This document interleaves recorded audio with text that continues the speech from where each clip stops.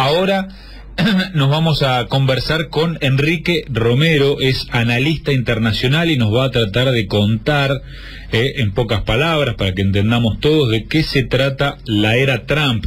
Romero, muy buen día. Germán Sasso te saluda. ¿Cómo estás? Un gusto. ¿Qué tal, Germán? Buen día, mucho gusto y gracias por el llamado. No, gracias a vos por atendernos. Bueno, a las 13:15, a la 1:15 de la tarde, hora argentina, asume Trump en el Capitolio. ¿Qué podemos decir de esto? Bueno, lo primero que tenemos que entender para poder analizar de qué se trata el fenómeno Trump, tenemos que empezar a analizar un poco cómo está funcionando hoy la geopolítica a nivel global. Y lo primero que notamos a nivel planetario es la irrupción de una nueva forma ideológica, que si queremos podemos llamarla antisistemismo, si nos damos la licencia de inventar este término. Antisistemismo, los antisistemas. Los antisistemas están surgiendo como hongos después de la lluvia por todo el planeta. Y te pongo ejemplos en Europa más que nada. Nigel Farage en el Reino Unido, Beppe Grillo en Italia, Marine Le Pen en Francia, Geert Wilders en Holanda, Viktor Orbán en Hungría, Frauke Petry en Alemania. Todos esos son posibles próximos presidentes de los países que te acabo de nombrar. Y el ejemplo fallido también, pero por poquito, en Austria, fue Norbert Hofer. ¿Y por qué surge este antisistemismo y que ahora Trump sería también del otro lado del Atlántico la encarnación de este fenómeno? Para entender esto hay que entender lo que es la globalización. La globalización hoy por hoy no es ese fenómeno que nos comentan producto de que el planeta se ha convertido en una aldea global gracias al avance de las comunicaciones, del comercio internacional. No, eso no es la globalización. La globalización también hay que analizarla como una ideología. Y esta ideología lo que persigue es la privatización del poder a nivel global. Para entender esto, a ver, el poder, así como está entendido, siempre estuvo, por lo que tenemos memoria, detentado en el Estado Nacional Soberano. En las épocas de las monarquías, a ver, Luis XV decía, el Estado soy yo, ¿no es cierto? Sí. Pero bueno, quien detenta el poder es el Estado Nacional Soberano. En nuestra era, los Estados Nacionales Soberanos, a ver, si analizamos la Argentina, por ejemplo, uno creería que bien, que quien detenta el poder es Mauricio Macri, que quien toma las decisiones, las últimas instancias en lo que hacen a promover el bien común de todos los habitantes, cae en el presidente, quien detenta el poder en nombre del Estado Nacional Soberano, ¿no? Bueno, lo que busca esta ideología es que este poder pase a manos privadas, o sea, a instancias supranacionales, en las cuales los presidentes de los países quedarían como gerentes, como CEOs. Y bueno, eso sí que lo notamos acá en la Argentina, que Macri no es más que un gerente administrador de una instancia respondiendo a una instancia superior. Entonces, si a Macri lo vemos como un gerente general, un CEO. ¿Y Enrique, ¿y quiénes gobiernan? ¿Las corporaciones gobiernan el mundo? Hay que preguntarse quién sería el directorio al que responde este gerente general. ¿Quiénes serían los accionistas? Y bueno, y acá aparecen todas estas estructuras de poder mundial supranacionales. Te pongo un ejemplo, ayer mismo el foro de Davos. Los presidentes del mundo viajan al foro de Davos para que les digan lo que tienen que hacer. Estas estructuras son reconocibles. A ver, por ejemplo, el Council on Foreign Relations en Nueva York. El Council of Foreign Relations, mi colega Adrián Salvucci lo describió como el cerebro del mundo. Otro lugar, la Trilateral Commission, todas las estructuras asociadas a Naciones Unidas, como Banco Mundial, Fondo Monetario Internacional, la prensa misma como un conglomerado, la industria petrolera como otro conglomerado, la banca como otro conglomerado, los poderes de lobby que tienen cada uno de estos elementos, imagínate. Bueno, esta gente lo que promueve es eso, disolver los estados-naciones soberanos, porque ahí es donde se detenta el poder, para que el poder pase a manos privadas y de alguna manera tratar de instaurar un gobierno mundial, pero no un gobierno mundial en donde nos levantamos un domingo y votamos por el presidente del mundo, no, un gobierno mundial en las sombras, donde se digitan los destinos de los habitantes del planeta, sin que el ciudadano a pie se tenga la capacidad siquiera de percatarse. ¿Pero esto es de ahora o fue siempre, Enrique? Y esto, digamos que históricamente podemos hacer su análisis, pero que empezó a tomar velocidad exponencial fue a partir de la Segunda Guerra Mundial. Pero bueno, entonces... y por ejemplo, Enrique, y los presidentes populistas, si se quiere, que hubo y que hay aún en Sudamérica, ¿cómo se unen a esto? A mí no me gusta usar el término populista, es un término, una definición que hoy está circulando mucho gracias a una muy bien promocionada Gloria Álvarez, con quien estoy en absoluto desacuerdo, que inventó una definición de populismo y todos los medios le hicieron circular, sí. Urbi et Orbi. A ver, el populismo... Esto de lo que dan lo que quiere la gente. Lo que el pueblo quiere. Sí, sí. Y bien, ¿quién tiene el mandato soberano si no es el pueblo y que lo deposita por un periodo determinado en quien eligen para gobernar? O sea, ese señor tiene la obligación de ser populista.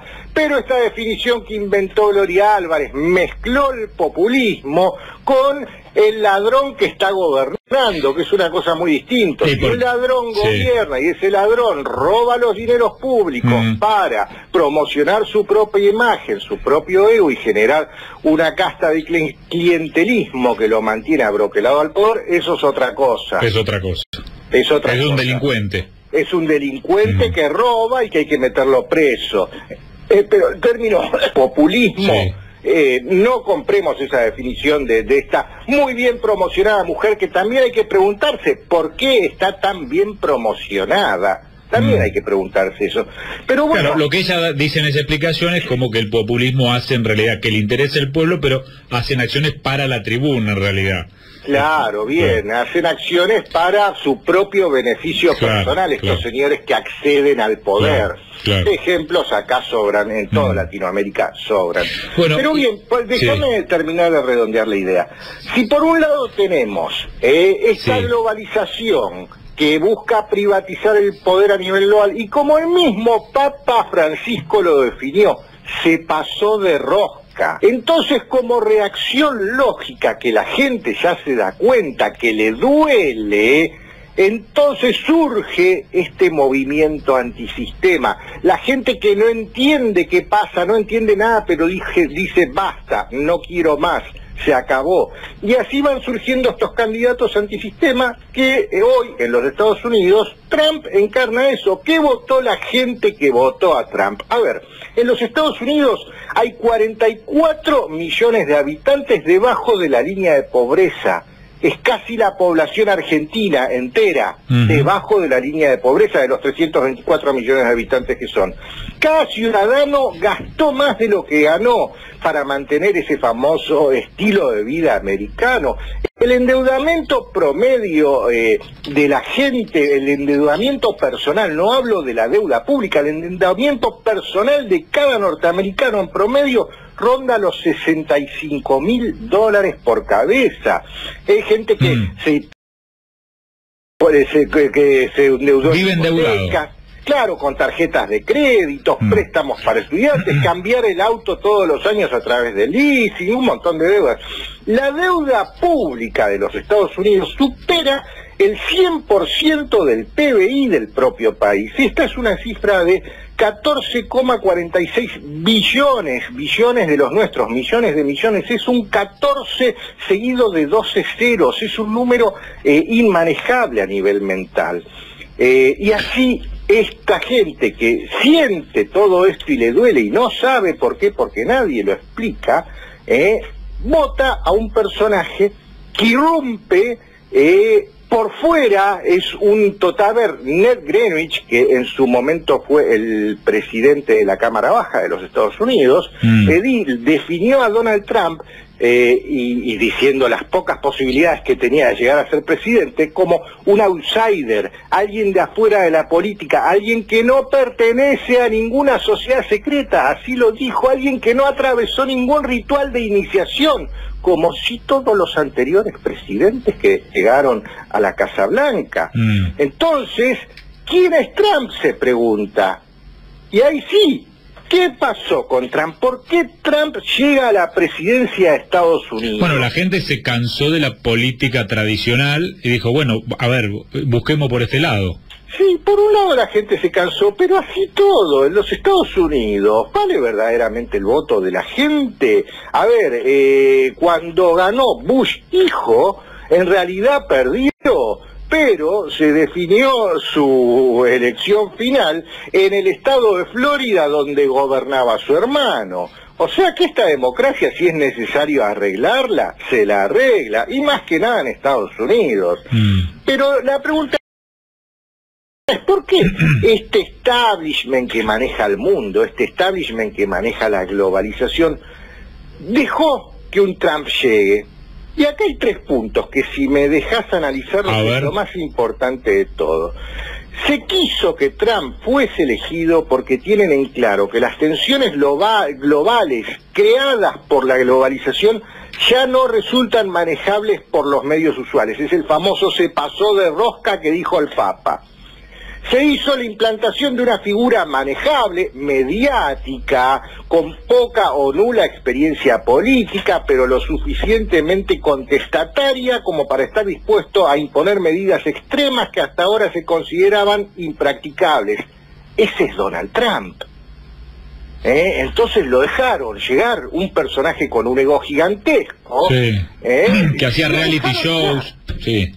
Claro, que es millonario, ¿se acuerdan el reality show, no? Sí, a ver, quien vio la serie entera, El Aprendiz, va a entender, a ver, para entender el fenómeno Trump, cualquier analista se tiene que comer la serie El Aprendiz. Otro punto. Si bien Trump no fue el candidato ideal del poder, se les escaparon de las manos mecanismos para controlar la democracia, que bien pudieron hacerlo cuando llegó Bush hijo al poder, pero esta vez no pudieron. Entonces, no hay más remedio que aceptarlo y ponerle toda la presión que se pueda con los medios y recursos a disposición, tanto como para disciplinarlo y marcarle los límites. Este punto es importante porque si analizamos el actual gabinete de Trump, y parece que sí, que le metieron gente para encorsetarlo, disciplinarlo y marcarle los límites. La prensa este último mes, lo único que ha gastado tinta es en escribir acerca de las discrepancias que hay entre los miembros del propio gabinete que eligió Trump y las ideas previas que Trump estuvo pregonando en su campaña. Claro, porque va a haber tensión entre el propio Partido Republicano y Trump, ¿no? Seguramente, apenas comienza. Así es. Entonces, ¿no será que le metieron toda esta gente? A ver, le metieron a Goldman Sachs dentro del gabinete. Le metieron el complejo industrial militar. Hay que ver qué pasa. El Partido Republicano como que tomó el control del gobierno, de este outsider. El jefe, el presidente del Comité Nacional Republicano, aparece ahora como el jefe de gabinete de Donald Trump. Estoy hablando de Reince Priebus. Enrique, sí. No, y además lo que estamos viendo, por lo menos a través de los medios de comunicación, una onda muy parecida a cuando los artistas, aquí tuvimos el debate en los últimos años, artistas que se alineaban con los K, los anti-K. Acá hay un montón de artistas en Estados Unidos que están organizando marchas, figuras de Hollywood. Que se entienda, no son un montón de artistas que están organizando marchas. Pero son representativos de Hollywood que se activó para ponerse en contra de Donald Trump. Ajá. Y ese aparato de Hollywood maneja a todos esos artistas que salen a dar sus opiniones, y la prensa promociona las opiniones de todos esos artistas. Está todo armado. ¿Por dónde viene la cosa? Sí, está todo armado, por supuesto. ¿Sí? Y sí, si cada vez que tuitea algo Meryl Streep, sí, lo determinamos viendo en todos los medios, hasta acá en la Argentina, obviamente que eso es algo armado. Y acá te pongo Meryl Streep, pero allá en Estados Unidos hasta la más ignota de todas las últimas estrellas de Hollywood tuitea algo y sale en todos los medios. ¿Y por qué a Hollywood no le conviene Donald Trump? Hollywood en sí es otro de los elementos que te describí, de estos que componen el establishment que maneja este fenómeno ideológico llamado globalización. Entendamos a Hollywood como una pata más de esta mesa, como te dije, los medios, como te dije, el complejo industrial militar, como te dije, la industria petrolera, como te dije, la banca, como te dije, la industria farmacéutica, todo esto. Pero bueno, ahora otro punto, déjame el tercer punto, ¿qué pasa con Trump? Si Trump es realmente una sorpresa desagradable para el establishment, lo que cabe prever es que le van a impedir el ejercicio de la presidencia con todos los medios posibles, y llegada a la necesidad, hasta con una bala se lo van a impedir. No va a ser la primera vez que matan a un presidente de los Estados Unidos. No, pero sería tremendo, sería terrible. Mirá qué detalle, hoy mismo Donald Trump está jurando su mandato sobre la Biblia que era de Abraham Lincoln. Esperemos que no tenga el mismo destino que tuvo Abraham Lincoln. Y ahora, déjame para cerrar... ¿Cuántos presidentes, perdón, vos que conoces mucho la historia, cuántos presidentes asesinados tiene Estados Unidos? 6. Creo que fueron 6. Porque, a ver, la historia oficial dice que murieron por una enfermedad, por causa natural, no sé qué, pero parece que no al final. Bueno, ojalá no suceda, ¿no? Porque sería pero que lamentable. La opción existe, que Trump lo sabe. Que quede claro eso. Y ahora viene la prueba de fuego, ya que lo comparamos con Lincoln, ¿no? Y con Kennedy. ¿Cuáles son las 3 pruebas de fuego que Trump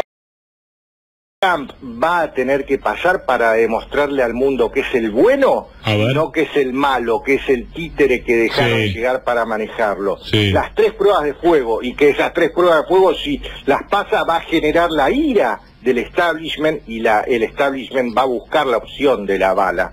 ¿Cuáles son las 3 pruebas? La número 1, auditar a la Reserva Federal de los Estados Unidos.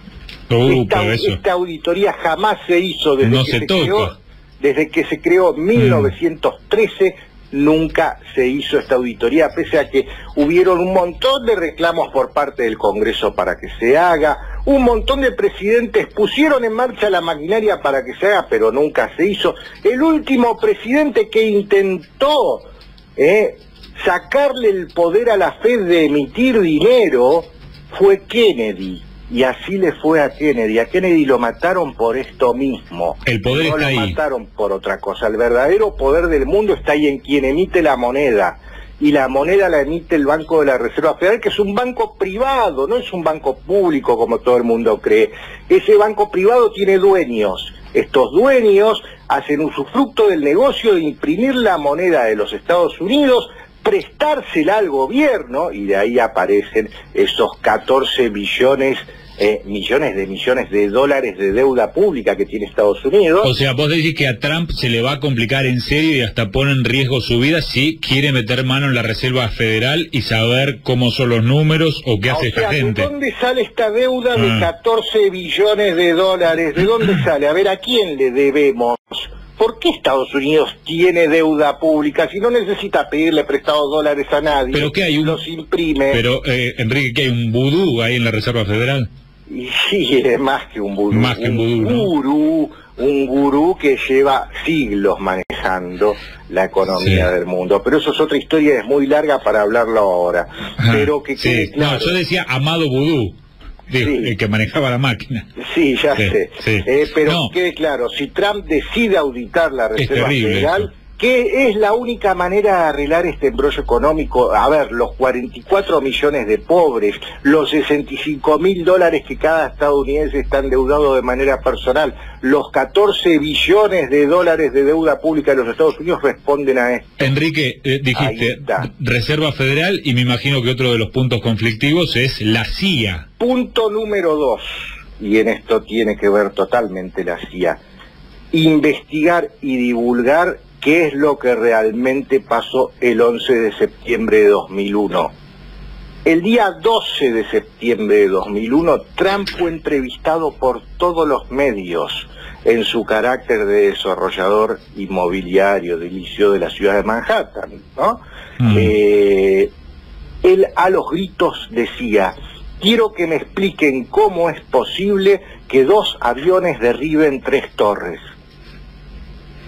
Sí, y Trump sabe que ese día pasó algo raro. Bien, ahora que tiene el poder de investigarlo, si lo hace, también va a demostrar que es de los buenos y no de los malos. A ver, una asociación de ingenieros de los Estados Unidos que tuvo colaboración por parte de ingenieros de todo el mundo, Scholars for 9/11 Truth, vendría a ser como catedráticos por la búsqueda de la verdad de lo que sucedió el 11 de septiembre de 2001, esa sería la traducción.